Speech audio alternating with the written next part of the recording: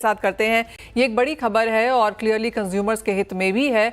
अब तक यहाँ पर ज्वेलरी की हॉलमार्किंग थी, लेकिन अब बुलियन हॉलमार्किंग की बात को यहाँ पर एक प्रपोजल के तौर पर तो देखा जा ही रहा था, लेकिन आज कंज्यूमर अफेयर्स सेक्रेटरी ने कहा है कि गवर्नमेंट कंसिडर कर रही है प्रपोजल ताकि मैंडेटरी हॉलमार्किंग यहाँ पर गोल्ड बुलियन में भी की जाए। यानी कि जो 6 डिजिट HUID नंबर है उसको यहाँ पर क्रेडिबिलिटी यहाँ पर देने की बात की जा रही है। कंज्यूमर्स अब हॉलमार्किंग वाला सोना लेते हैं तो इसको अब बढ़ाकर यहां पर बुलियन तक भी लेके आना चाहिए।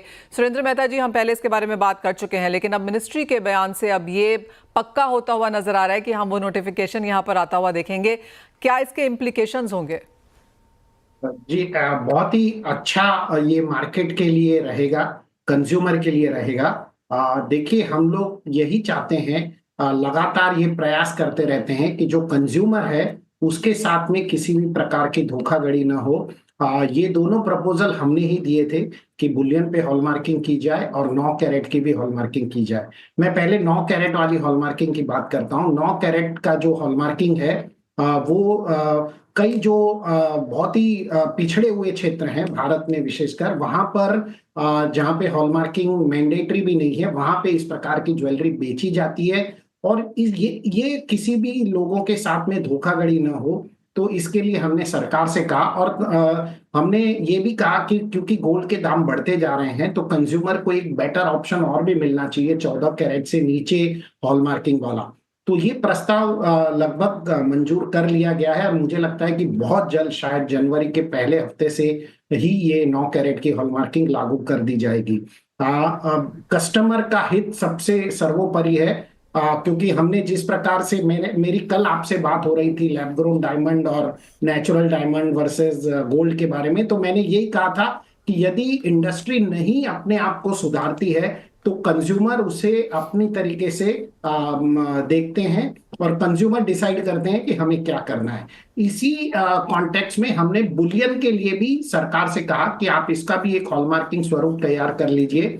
बुलियन पे हॉलमार्किंग फिलहाल जो रिसाइकल्ड गोल्ड आता है उस पे बहुत इसेंशियल है, क्योंकि बाकी तो BIS रिफाइनरी में ही गोल्ड रिफाइन होता है या फिर इंपोर्टेड गोल्ड आता है, वहां वो तो पूरा सर्टिफाइड गोल्ड होता है, उसमें हॉलमार्किंग की कोई रिक्वायरमेंट ही नहीं है। लेकिन जो रिसाइकल्ड गोल्ड होता है, जो पुराना सोना आता है और वापस कैडबरी बन के या टुकड़ों में बिकता है, उसमें हमने हॉलमार्किंग की सिफारिश की है। मुझे लगता है कि इनिशियल फेज में ये हॉलमार्किंग 100 ग्राम के ऊपर ही लागू होगी और स्लोली स्लोली इसको 1-2 साल में 5 ग्राम तक नीचे लेकर जाएगा। सुरेंद्र जी, अगर ओवरऑल हॉलमार्किंग को as of now Indian markets में देखें तो कुछ कंसर्न्स यहाँ पर भी बनी हुई नजर आई हैं। कंज्यूमर अफेयर सेक्रेटरी ने यह भी कहा कि हम इंडिया में तो हॉलमार्किंग एंड गुड डिलीवरी यहाँ पर देख रहे हैं, लेकिन दूसरे देश अभी भी हमारी हॉलमार्किंग को नहीं मानते, क्योंकि अभी भी रिपोर्ट्स हैं कि इसमें भी कहीं कहीं कुछ कमियां हैं।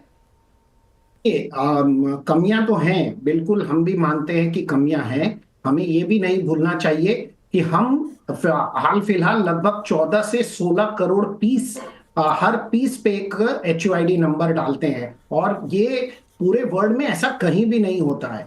तो ये एक बहुत बड़ी मुहिम है और कंज्यूमर अफेयर्स मिनिस्ट्री जो है इसके लिए बहुत ही धन्यवाद के पात्र हैं। जिस प्रकार से ये पूरा BIS ने ये मुहिम को उठाया है कस्टमर के लिए, ये बहुत ही काबिले तारीफ है। दूसरी कंट्री उसे धीरे धीरे एक्सेप्ट करेगी। हमारे यहाँ पर भी जो कमियां हैं, जैसे हम आज भी स्टडेड ज्वेलरी होती है, जो पोल्की होती है, या जो जिसके अंदर स्टोन्स होते हैं, वो उस प्रकार की ज्वेलरी को हम आज भी हॉलमार्किंग के मैंडेटरी लिस्ट में नहीं है। तो हम चाहते हैं कि ये भी सारी चीजें वहां पे आ जाए और slowly and gradually world will accept what India will say, because हम आज की तारीख में एक बहुत बड़ी इकोनॉमी है और हम इग्नोर नहीं कर सकते। एब्सोल्युटली। मैं एक्चुअली एज वर बैटिम जो कंज्यूमर अफेयर सेक्रेटरी कह रही हैं उनके उसके ऊपर ही बात कर रही हूँ। एक तो ये कि इंडियन हॉलमार्किंग जो है उसे वही रिस्पेक्ट दिया जाना चाहिए जो बाकी कंट्रीज अपनी हॉलमार्क ज्वेलरी को देती हैं। तो जैसे आपने कहा वहाँ पर अभी भी कमियाँ हैं। एक दूसरी बात, यहाँ पर उन्होंने ये भी कहा कि एक ज़रूरत है कि यहाँ पर जो इंडियन ज्वेलरी है उसमें ट्रेसेबिलिटी भी लेकर आई जाए, ट्रांसपेरेंसी भी हो। आई मीन ऑफ कोर्स ये सारी चीजें करने की जरूरत है, लेकिन जहां तक ज्वेलरी ट्रेसेबिलिटी की बात है, आप कहेंगे अभी हम उससे काफी दूर हैं।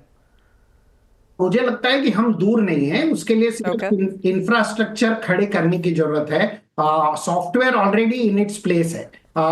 सिर्फ BIS को उसे अपग्रेड करना है, नए हार्डवेयर को इम्प्लीमेंट करना है और धीरे धीरे इसको अक्रॉस इंडिया उसको स्प्रेड करना है, क्योंकि अभी तक तो मैंडेटरी हॉलमार्किंग भी सिर्फ 321 डिस्ट्रिक्ट में ही है, जबकि इसमें 730 डिस्ट्रिक्ट है। तो जब आप ट्रेसेबिलिटी की बात करें तो पहले आपको 100% हॉलमार्किंग लानी पड़ेगी, फिर आप ट्रेसेबिलिटी की बात करेंगे।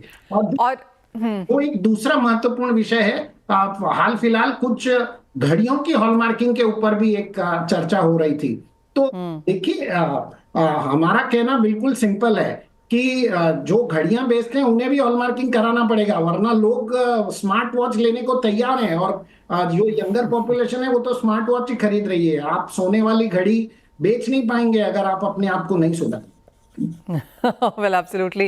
तो ये ऑफ कोर्स इनिशियल कमेंट्स है यहाँ पर, एब्सोल्युटली इसके ऊपर बहुत लंबी चर्चा करने की जरूरत है और सुरेंद्र जी हम आपके पास वापस लौटेंगे वो करने के लिए, लेकिन इनिशियल कमेंट्स जो कंज्यूमर अफेयर्स सेक्रेटरी ने कहा, और जैसे सुरेंद्र जी कह रहे हैं कि इब्जा की तरफ से ही वो प्रपोजल गया था कि यहाँ पर हॉलमार्किंग एक तो बढ़ाई जाए, ट्रांसपेरेंसी, ज्वेलरी ट्रेसेबिलिटी एक और दूसरी चीज है, 9 कैरेट की जो ज्वेलरी है उसके ऊपर भी यहाँ पर हॉलमार्किंग आना चाहिए, जो जैसे कहा गया कि उसका नोटिफिकेशन भी यहाँ पर आएगा, और मेजरली यहाँ पर बुलियन हॉलमार्किंग एक और चीज है जहां पर प्रपोजल है, सरकार उसको एक्टिवली कंसिडर कर रही है, जो भी शायद हम बहुत जल्द यहां पर आता हुआ देखेंगे। तो क्लियरली बाजार और ट्रांसपेरेंट, क्रेडिबल, और जो लोग यहां पर खरीद रहे हैं, जो कि ज्यादातर महिलाएं हैं अभी यहां पर इंडियन मार्केट्स में, वो चीट ना हो उसके लिए काफी सारे स्टेप्स लेकर आए गए हैं, और उसी वजह से हमने देखा है कि ये इंडस्ट्री ग्रो भी हुई है, कॉर्पोरेट्स भी यहां पर आ रहे हैं। तो एक इंडस्ट्री जो ग्रो हो रही है और काफी कुछ करने की जरूरत है, और हम वो होता हुआ यहां पर देख भी रहे हैं। वेल धर्मेश, ये तो बहुत सारी बातें ऑफकोर्स पॉलिसी फ्रंट पे हुई, लेकिन गोल्ड के प्राइसेस आप यहां से कैसे जाता हुआ देखते हैं? देखिए, सोने की बात करें तो सोने में काफी स्थिरता देखने मिल रही है। अंतर्राष्ट्रीय मार्केट से अगर डोमेस्टिक मार्केट की बात करें तो फिर से मार्केट में एक अच्छी सी सपोर्ट लेके बाउंस किया है। मेरे हिसाब से इंट्राडे प्रोस्पेक्टिव से अगर आप देखें तो 76,800 तक के जाने की गुंजाइश है, बट पोजिशनली मुझे लगता है कि 78,200, 78,400 के लेवल्स आपको शीघ्र ही देखने मिल सकते हैं। देखिए, अगर आप देखिए उसके अगेंस्ट में बिटकॉइन भी ऑलमोस्ट $1,00,000 के ऊपर चला गया है, तो कहीं ना कहीं मार्केट में एक जुगलबंदी चल रही है। सोना, इक्विटी मार्केट, बिटकॉइन, ये सारे जो वैरायटीज है इसमें इन्वेस्ट हो रहे हैं मार्केट में। प्लस मुझे लगता है कि नेक्स्ट क्वार्टर से अगर आप देखें तो स्टिमुलस पैकेज फिर से स्टार्ट हो जाएंगे, तो इंडस्ट्रियल डिमांड बढ़ सकती है। तो gold as a safe haven buying definitely रहेगी, और अगर डॉलर यहाँ पे लुढ़कता है तो सोने में ज्यादा तेजी आने की गुंजाइश है। तो मैं बाय साइड में रहने की सलाह दूंगा, और मैं एक्सपेक्ट करता हूँ कि प्राइस फिर से दिवाली तक 80,000 के लेवल्स आपको दिखा दे। तो तेजी यहाँ